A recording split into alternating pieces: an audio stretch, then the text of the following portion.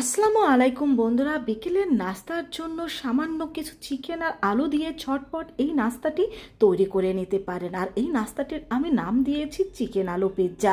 আমি তো বলবো রেস্টুরেন্টের পিৎজার চাইতে এটা খেতে আরো অনেক বেশি টেস্টি, কারণ এটা খুব কম উপকরণ দিয়ে তৈরি করা যায়।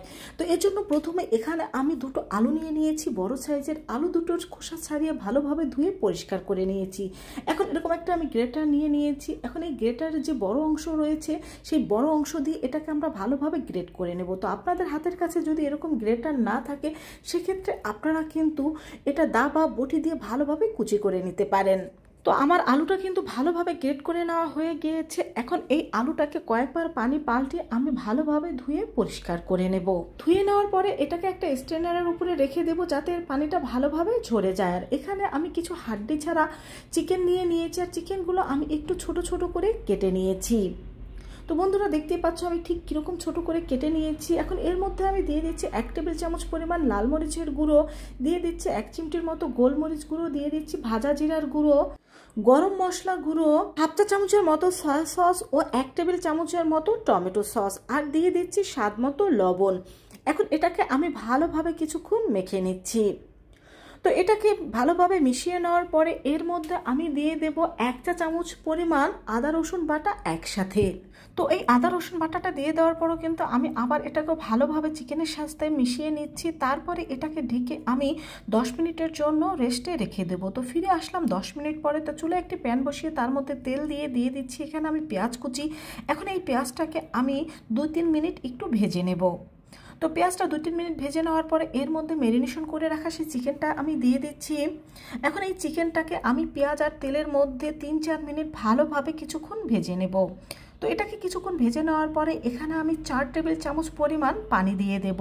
এটা যেহেতু হাড্ডি ছাড়া চিকেন আর এটা ছোট ছোট করে কেটে নেওয়া, তাই এটা সিদ্ধ হতে বেশি সময় লাগবে না। এই তো আমাদের চিকেনটা সিদ্ধ হয়ে গিয়েছে, এটাকে এখন চুলা থেকে আমি নামিয়ে নেব।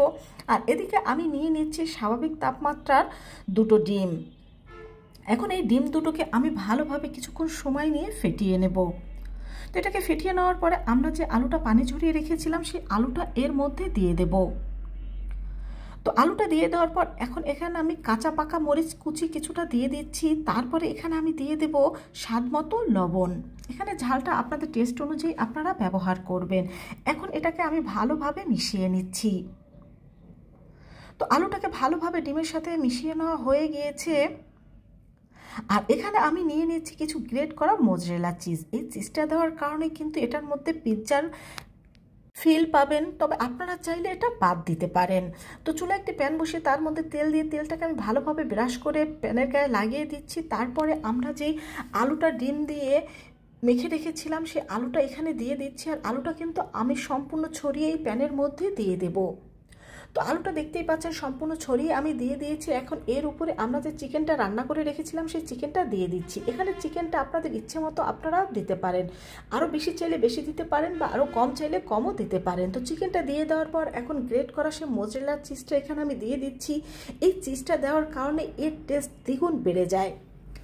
তো চিজটা দিয়ে দেওয়ার পরে এখন আমাদের যে বাকি আলুটা রয়ে গিয়েছে, আমি এখানে কিন্তু নিচে অর্ধেক আলুটা ব্যবহার করেছিলাম আর এখন উপরে অর্ধেক আলুটা দিয়ে দেবো। এখন আলুটা দিয়ে আমি সম্পূর্ণটা কভার করে দিয়েছি। এখন একটা ঢাকনা দিয়ে এটাকে ঢেকে দিচ্ছি। আর এখন কিন্তু চুলার হিট একেবারে লো হিটে রয়েছে। এটাকে আমি ঢাকনা দিয়ে ঢেকে 10 মিনিটের জন্য রেখে দেব। আর 10 মিনিট পরে এখন এটার ঢাকনাটা আমি তুলে নিচ্ছি। তো ঢাকনাটা তুলে নেওয়ার পরে একটা খুন্তির সাহায্যে আমি এর চারপাশটা হালকা একটু ছাড়িয়ে নিচ্ছি। তো এটা চারপাশটা ছাড়িয়ে নেওয়ার পর এটাকে একটু ঝাঁকিয়ে দেবো যেন নিচ থেকে ভালোভাবে এটা ছুটে আসে।